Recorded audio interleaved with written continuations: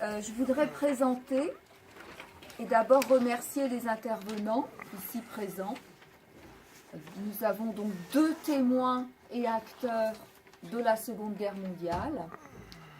Et je remercie également M. Méléard, ici au centre, président du comité départemental du prix de la résistance et de la déportation, qui nous fait l'honneur et l'amitié d'être parmi nous aujourd'hui.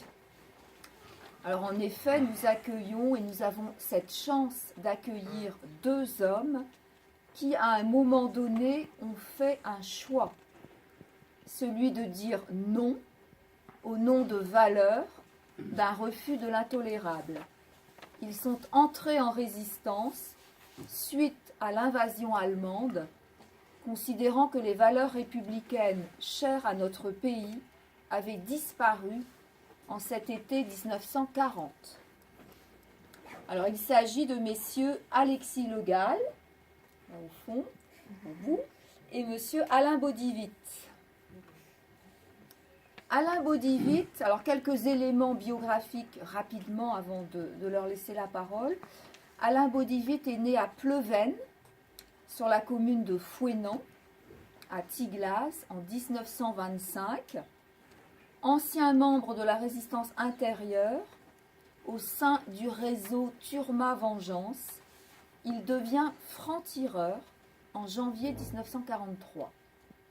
Il participe à des opérations aussi variées que des sabotages de lignes électriques et téléphoniques, la récupération de tickets d'alimentation, de papier et d'Ausweis pour permettre aux espions de circuler dans la zone interdite. Il renseigne aussi les Alliés sur les bateaux allemands s'abritant dans l'anse de Bénodet et en 1944 rejoindra les FFI pour préparer la libération de Quimper. Il participera également au combat de Fouesnant, de Bezac-Cap-Sizun et à la prise de Telgruc. Alexis Le Gall est né en 1922 à Audierne. Il s'engage dans la résistance extérieure, dans la France libre, après l'appel du général de Gaulle. Il s'embarque pour Londres.